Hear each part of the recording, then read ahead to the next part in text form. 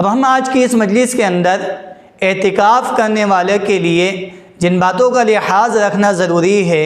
ان چیزوں کو ذکر کریں گے، جن میں سے چند چیزیں یہ ہیں جن کو ہم ذکر کریں گے کہ جن چیزوں سے اعتکاف ٹوٹ جاتا ہے۔ نمبر 2، مؤذن کے لیے اذان دینے کا حکم، وضو کے لیے مسجد سے باہر جانا، غسل کرنے کے لیے مسجد سے باہر نکلنا یا جمعے کی نماز کے لیے مسجد سے باہر نکلنا، یہ چند مسائل ہیں جن کو ہم آپ کے سامنے ذکر کریں گے۔ آپ جو بھی حضرات ہماری یہ ویڈیو دیکھ رہے ہیں وہ جو بھی اعتکاف میں بیٹھنے والے لوگ ہیں ان تک ضرور ان مسائل کو پہنچائیں اور ان مسائل کا ان سے بھی اہتمام کروائیں۔ سب سے پہلے ہم ذکر کرتے ہیں کہ جن چیزوں سے اعتکاف ٹوٹ جاتا ہے، اس سے پہلے اعتکاف کرنے والے کے لیے ضروری یہ ہے کہ 20 رمضان کو مغرب سے پہلے یعنی سورج غروب ہونے سے پہلے وہ اپنی اعتکاف کی جگہ میں پہنچ جائے اور وہاں پہنچ کر وہ نیت بھی کر لے کہ میں سنت اعتکاف کے آخر عشرے کی نیت کر رہا ہوں۔ اگر کوئی شخص پہنچ گیا اور اس نے نیت نہیں کی اور سورج غروب ہو گیا تو پھر اس کا اعتکاف سنت نہیں کہلائے گا اور سنت اعتکاف اس کا نہیں رہے گا۔ نمبر 2، عورت کے لیے کہ اگر اس کو حیض یا نفاس آ گیا یعنی یہ اس کے مخصوص ایام آ گئے تو اس سے اس کا اعتکاف ٹوٹ جائے گا۔ نمبر 3، معتکف کے لیے مسجد سے بلا ضرورت شرعی اور بلا ضرورت طبعی باہر نکلنے سے اعتکاف ٹوٹ جائے گا۔ ضرورت طبعی کہتے ہیں کہ پیشاب پاخانہ وغیرہ، اور ضرورت شرعی کہتے ہیں کہ جس کے اندر انسان کے اوپر غسل واجب ہو جائیں۔ اگر کوئی ان دونوں ضرورتوں کے علاوہ مسجد سے باہر نکلتا ہے تو اس سے اس کا اعتکاف ٹوٹ جائے گا۔ معتکف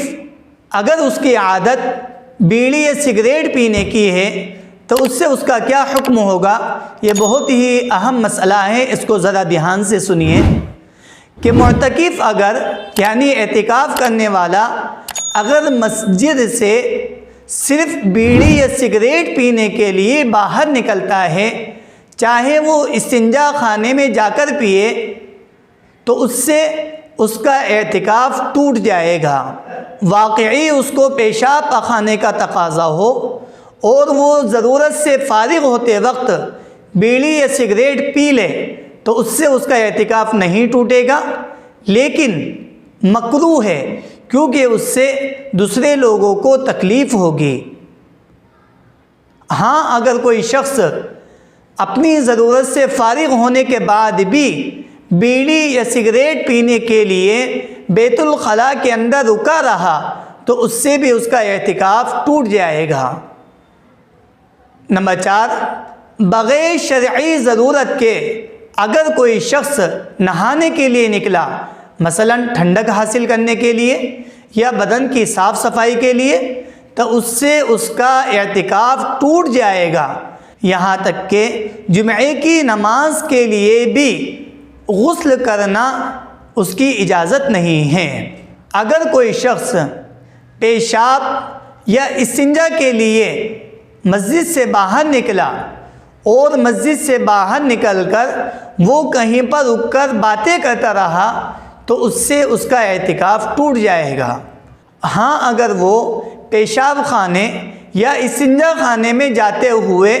بغیر رکے اگر وہ کسی سے باتیں کرتا ہے تو اس سے اس کا اعتکاف نہیں ٹوٹے گا، لیکن اگر وہ رک کر ٹھہر کر باتیں کرتا ہے تو اس سے اس کا اعتکاف ٹوٹ جائے گا۔ ایک اور ضروری مسئلہ اعتکاف کے اندر یہ ہے کہ اعتکاف تبھی صحیح ہوگا تب معتکف کا یعنی اعتکاف کرنے والے کا روزہ بھی ہو۔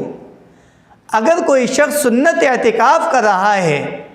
اور اس کے اندر اس کا روزہ نہیں ہے یا کسی وجہ سے اس کا روزہ ٹوٹ گیا ہے تو اس سے اس کا سنت اعتکاف بھی ختم ہو جائے گا، پھر بعد میں اس کو ایک روزے کی قضا اور ایک دن کے اعتکاف کی قضا کرنا واجب ہے۔ نمبر 6، اگر کسی شخص کو اجرت دے کر اعتکاف میں بٹھایا گیا تو اس سے بھی اس کا اعتکاف ٹوٹ جائے گا، چونکہ اجرت دے کر یعنی پیسے دے کر کسی شخص کو اعتکاف میں بٹھانا جائز نہیں ہے۔